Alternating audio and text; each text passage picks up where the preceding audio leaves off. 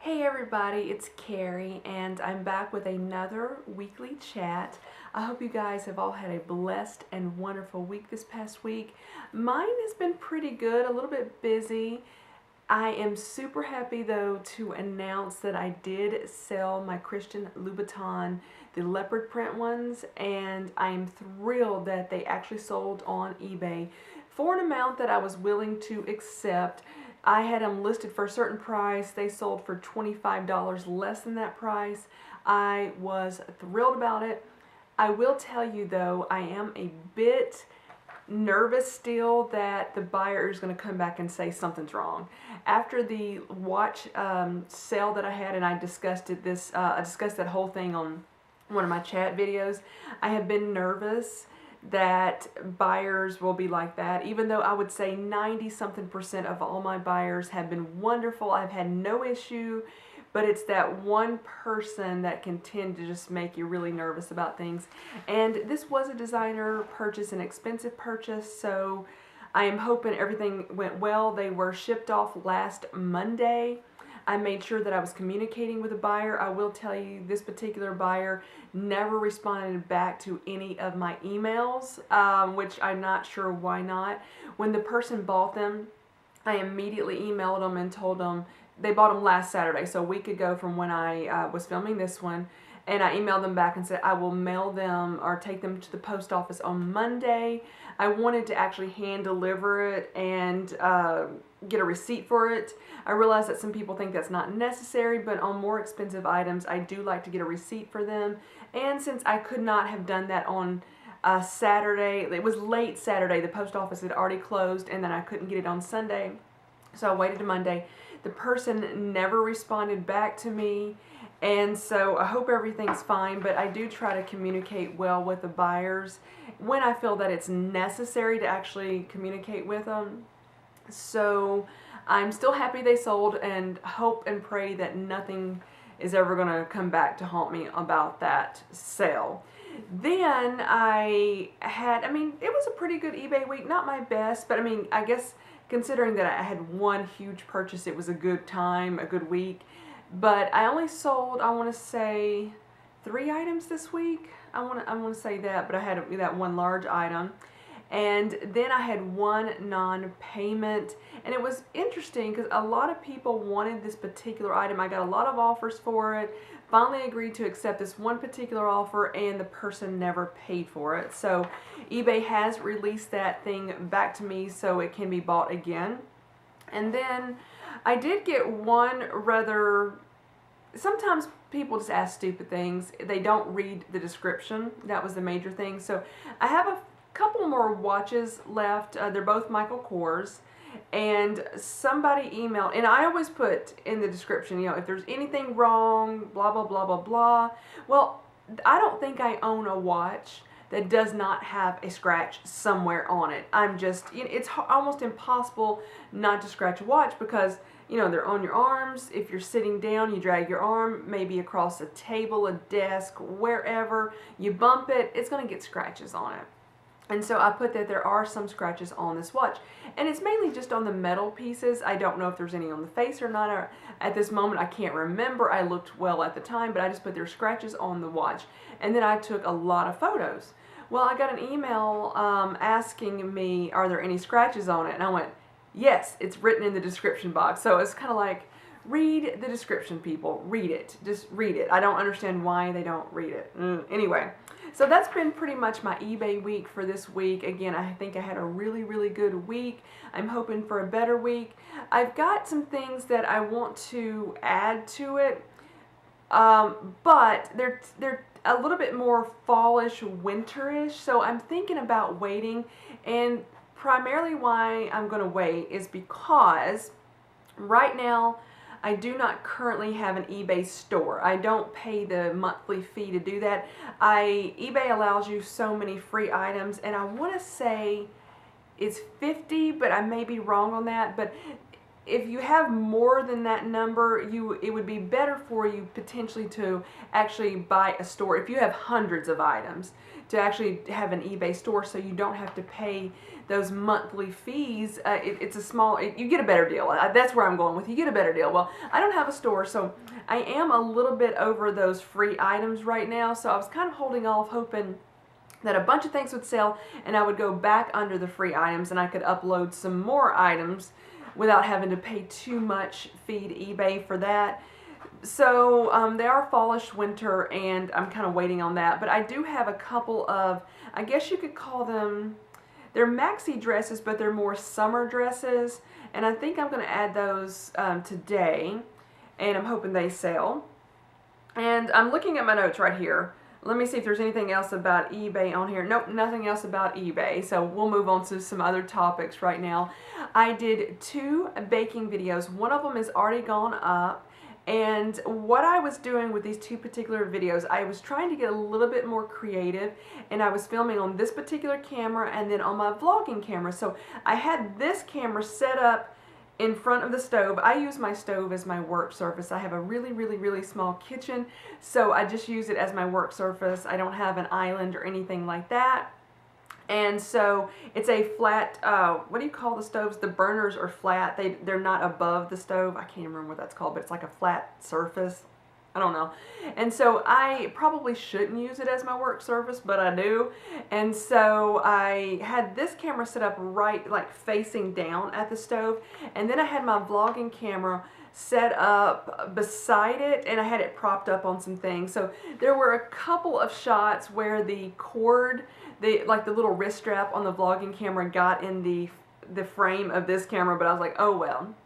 So what I was trying to do is, if I had ever blocked the view of this particular camera, I would cut in with the vlogging camera from the side and overlay that footage on top, so I could have, maybe I was wanting to be more creative, but also I block a lot of the shots with my arms on this one just because I don't have a lot of room, and I've only been using one camera. So I tried doing that. So I hope that didn't turn out too badly for you guys if you watched that. So one of the cooking videos went up, and I had actually filmed an introduction for it, but I completely forgot to include that footage. I don't know what was going on in my mind.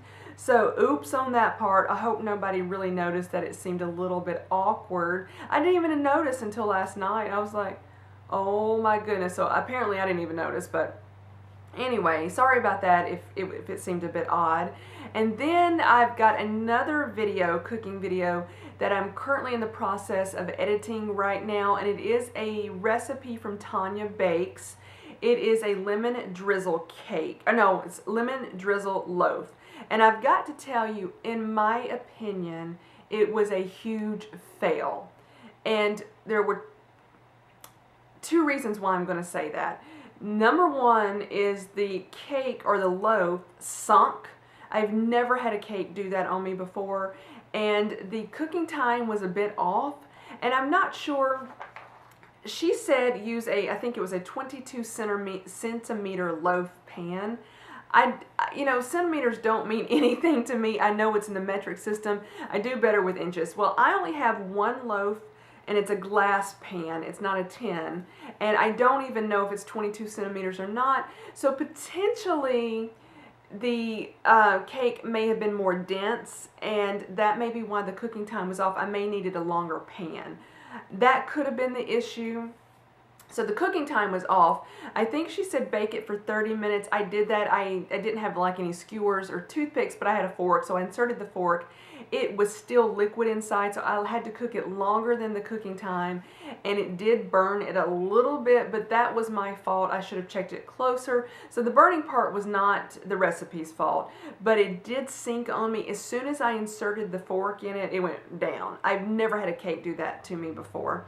Then, so that was the biggest fail, was that. And then the texture of this, I continue to call it cake even though she called it a loaf, but the texture of it came out like cornbread. If anyone is familiar with cornbread, you know what I'm talking about. If you're not, it's a typically, I'm sure they have it everywhere, but it definitely is a more southern United States bread that people will have with their meals. It's just called cornbread. I love the corn muffins from Cracker Barrel. They are really good. But in my mind, this was a cake. It tasted good, but it had the consistency of cornbread, and it was messing with my mind. I did not like it. So to me, it was a huge fail all the way around. I am still going to go upload the video. But on the second note, I did share it with a lot of people, and I had people telling me they absolutely loved it. So on that end, it wasn't a fail. So it's really a personal preference. Overall, and it was a texture thing for me, and I'm not sure why it sunk on me at all. Then I also thought the ingredients were odd because it says I think the book said self-raising flour. The particular flour that in the US it says self-rising. I don't think there's any difference. Then it called for castor sugar. I cannot find castor sugar anywhere. I just use granulated sugar. That might have had something to do with it. I don't know. But for me, it was a fail. But other people loved it. So I will try other things from her book. Now, I picked a recipe that looked fairly easy to bake. And I picked a recipe that did not have seemingly any errors in it. I went and downloaded all of the recipes that had mistakes printed in the book. And I didn't choose any one of those. So I went straight from what the book had. And on that note, speaking of the mistakes in the book or the misprinted recipes, I received an email on Tuesday. So I baked this on Monday, received an email on Tuesday that Amazon is shipping me a brand new corrected book at no cost to me. So I'm going to end up with 2 books for the price of one on that. I'm like, I really don't need both of those books. So I'm not sure if I'm going to give the other one away or not. I don't know what I'm going to do with it. I hate to throw it away, the bad one, because I mean it's a beautiful book, but I'm going to end up with 2 of them. So I don't know what I'm going to do, but anyway, I had that happen. Let's see. I thought this was kind of odd this week. I received an email, and it was definitely from an individual. It's like a real human, not a spam, not a store email, nothing like that. It was an email, and it was a letter attached, and the letter was sent actually to the person that sent me the email, and she attached the letter and sent it to me, and it was basically saying, you have been hired to go work at this place, and it was not even in the state of Tennessee, it was another state, and it said, this is what your salary is going to be, and I actually felt kind of sorry for her when I saw the salary. I went, ouch, that's not very good.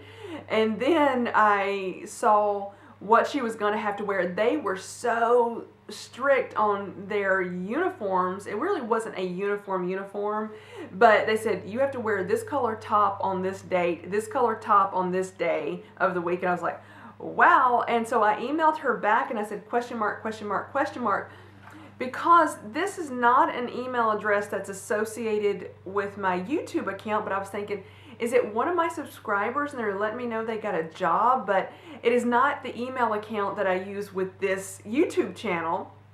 And I thought, they probably would not have gotten that email account. It's not even like this account, nothing even related to this account. So it would have been a hard guess for somebody if they were trying to find my, anyway, to send me an email. So I just emailed a question mark back, and she emailed me back and said, oh, I'm so sorry. I had a typo in the email address. And I went, oh my goodness. And oh, by the way, her job is going to be a receptionist at I don't want to give too much away because it's still her private business, but let's say it's at a medical facility.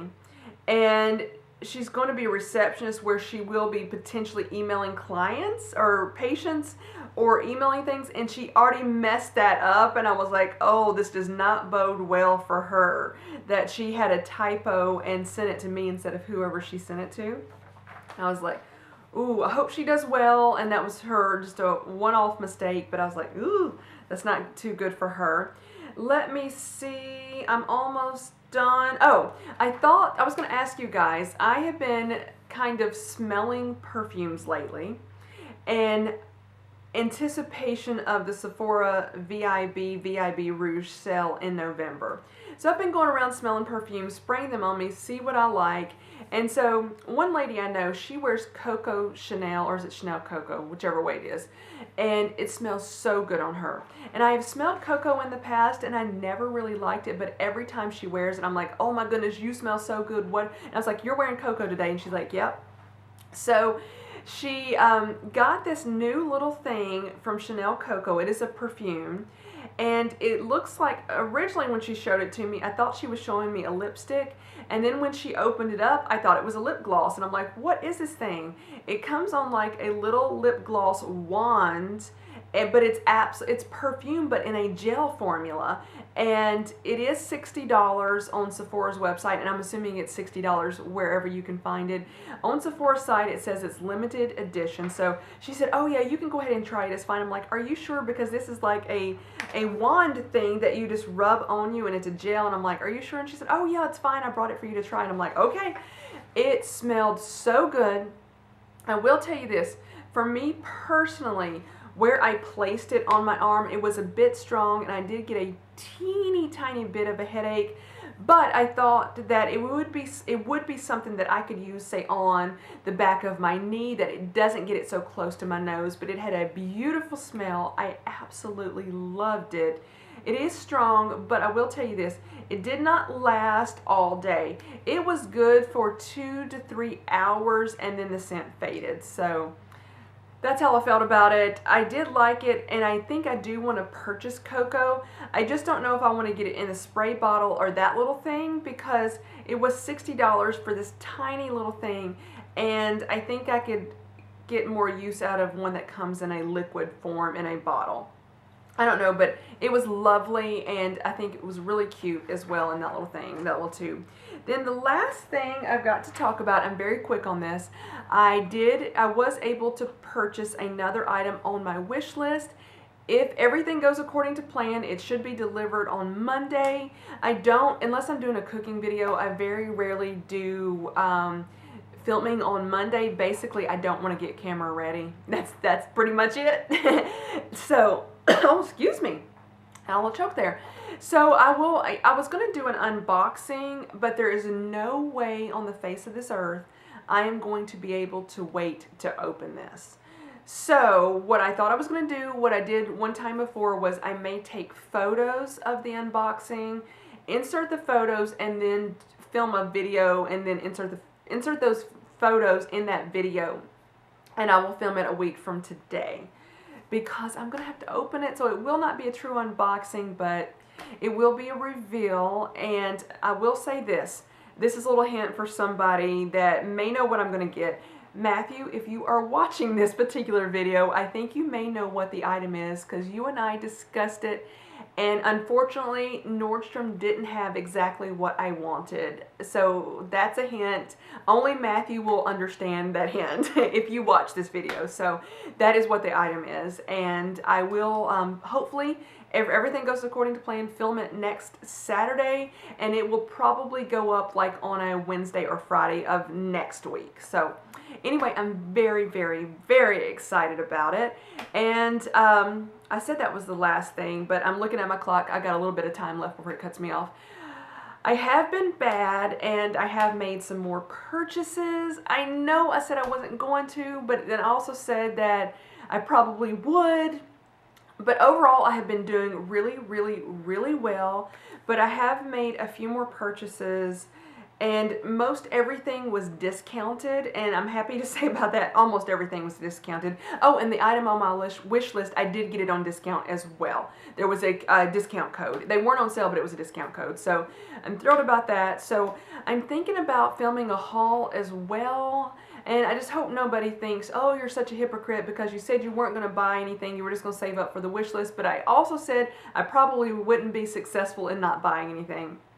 So a haul may be coming soon. I haven't really done a haul. I think it's been in over a month. I don't remember when it was last. I want to say it was in June. So I haven't done a haul in a while, but I do have a few pieces, and a lot of these items were purchased before I was going to go on this no-buy. That really is not a no-buy. But I did get some other pieces, like this shirt. I got it afterwards. I love these Topshop t-shirts. Nordstrom put them on sale, and I love them, and I bought several of them. So, anyway, I may end up filming a haul today. I don't know. I don't know yet. But I will have a haul coming within the, let's just put it this way, in the next, let's say 2 to 3 weeks, I do plan on having a haul coming as well. And I hope you guys will watch it and don't mind that I actually did some shopping. So I'm going to go ahead and leave you guys now, and I'll talk to you later. Bye, everybody.